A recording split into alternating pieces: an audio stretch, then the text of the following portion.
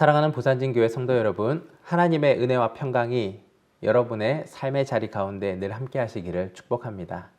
오늘 우리에게 주신 하나님의 말씀은 출애굽기 12장 21절로부터 36절까지의 말씀입니다. 모세가 이스라엘 모든 장로를 불러서 그들에게 이르되 너희는 나가서 너희의 가족대로 어린 양을 택하여 유월절 양으로 잡고 우슬초 묶음을 가져다가 그릇에 담은 피에 적셔서 그 피를 문 임방과 좌우 설주에 뿌리고 아침까지 한 사람도 자기 집 문 밖에 나가지 말라. 여호와께서 애굽 사람들에게 재앙을 내리려고 지나가실 때에 문 임방과 좌우 문 설주에 피를 보시면 여호와께서 그 문을 넘으시고 멸하는 자에게 너희 집에 들어가서 너희를 치지 못하게 하실 것이니라. 너희는 이 일을 규례로 삼아 너희와 너희 자손이 영원히 지킬 것이니 너희는 여호와께서 허락하신 대로 너희에게 주시는 땅에 이를 때에 이 예식을 지킬 것이라. 이후에 너희의 자녀가 묻기를 이 예식이 무슨 뜻이냐 하거든 너희는 이르기를 이는 여호와의 유월절 제사라. 여호와께서 애굽 사람에게 재앙을 내리실 때에 애굽에 있는 이스라엘 자손의 집을 넘으사 우리의 집을 구원하셨느니라 하라 하매 백성이 머리 숙여 경배하니라.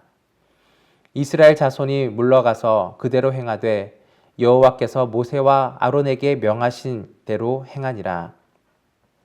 밤중에 여호와께서 애굽 땅에서 모든 처음 난 것 곧 왕위에 앉은 바로의 장자로부터 옥에 갇힌 사람의 장자까지와 가축의 처음 난 것을 다 치심에 그 밤에 바로와 그 모든 신하와 모든 애굽 사람이 일어나고 애굽에 큰 부르짖음이 있었으니 이는 그 나라에 죽음을 당하지 아니한 집이 하나도 없었음이었더라. 밤에 바로가 모세와 아론을 불러서 이르되 너희와 이스라엘 자손은 일어나 내 백성 가운데서 떠나 너희의 말대로 가서 여호와를 섬기며 너희가 말한 대로 너희 양과 너희 소도 몰아가고 나를 위하여 축복하라 하며 애굽 사람들은 말하기를 우리가 다 죽은 자가 되도다 하고 그 백성을 재촉하여 그 땅에서 속히 내보내려 하므로 그 백성이 발교되지 못한 반죽 담은 그릇을 옷에 싸서 어깨에 매니라.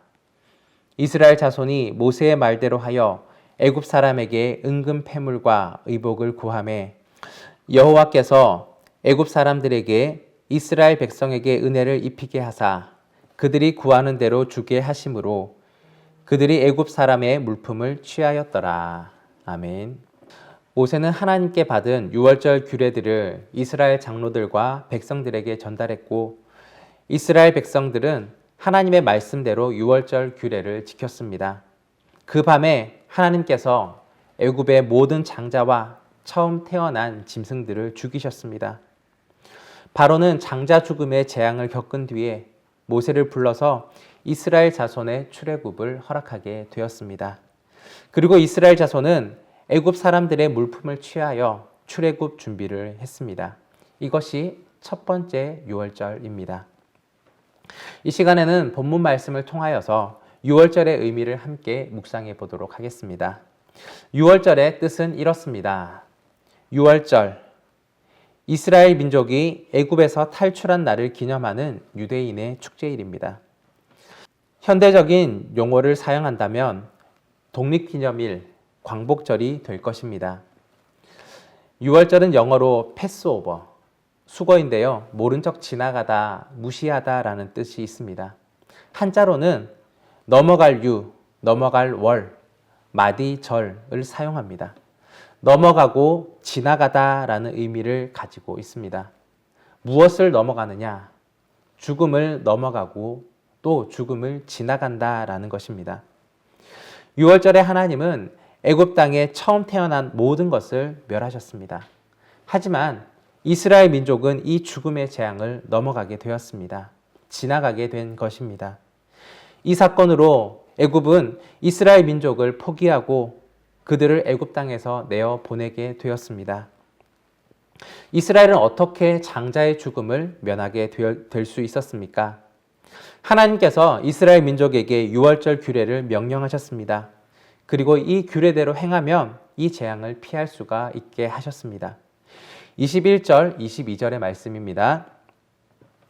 모세가 이스라엘 모든 장로를 불러서 그들에게 이르되 너희는 나가서 너희의 가족대로 어린 양을 택하여 유월절 양으로 잡고 우슬초 묶음을 가져다가 그릇에 담은 피에 적셔서 그 피를 문 임방과 좌우 설주에 뿌리고 아침까지 한 사람도 자기 집 문 밖에 나가지 말라. 아멘.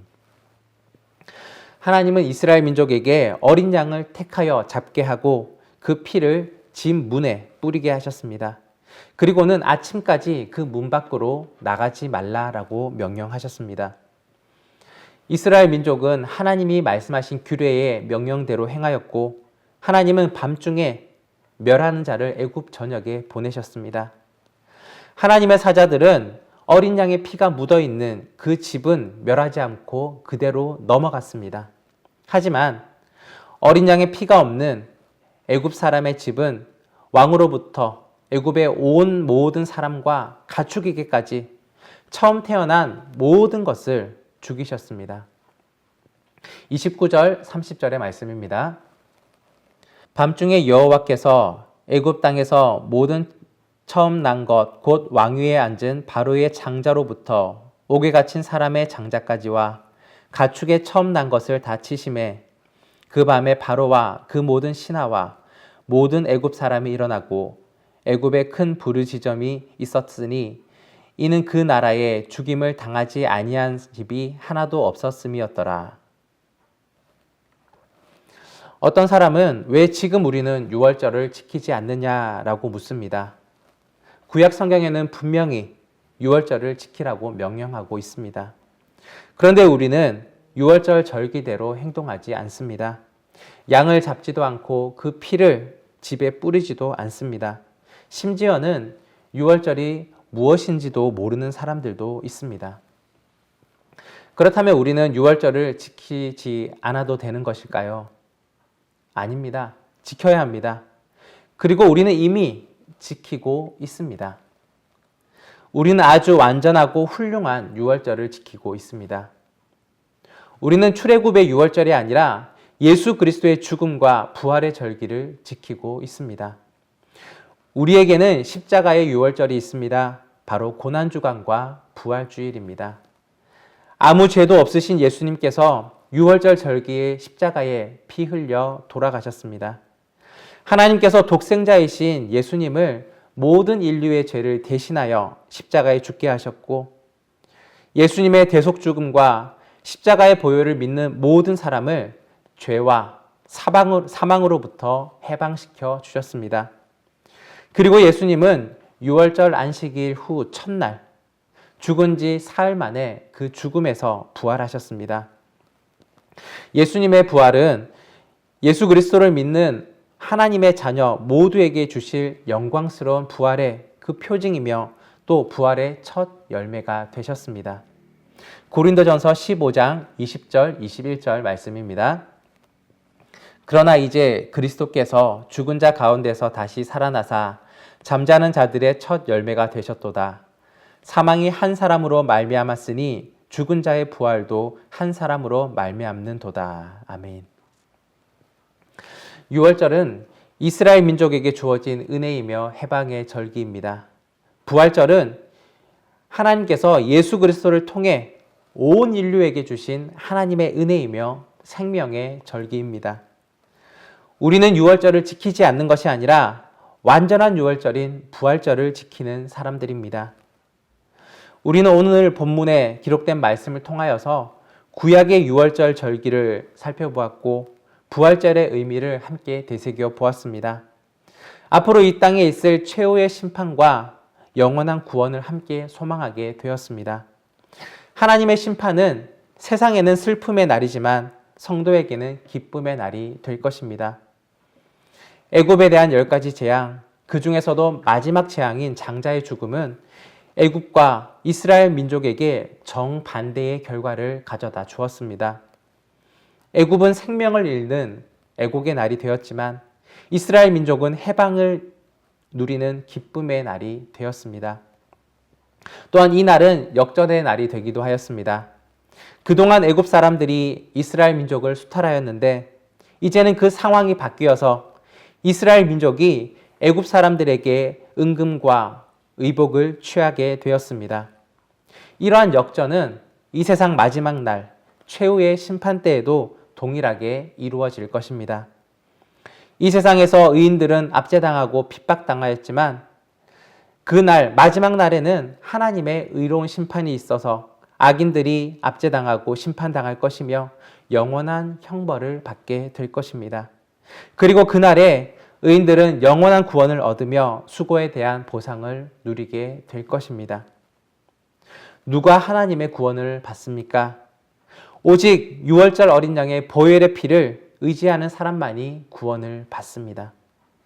이스라엘 백성은 장자의 죽음이라는 재앙 앞에서 멸망하지 않고 오히려 큰 해방을 누리게 되었습니다. 그 이유는 하나님의 말씀을 순종했기 때문이고 어린 양의 피를 의지했기 때문입니다. 우리도 마찬가지입니다. 하나님께서 이 세상을 심판하실 그 마지막 날에 멸망하지 않고 구원의 은혜를 누리는 그 방법이 우리 앞에 있습니다. 우리의 유월절 어린 양이신 예수 그리스도를 의지하는 것입니다.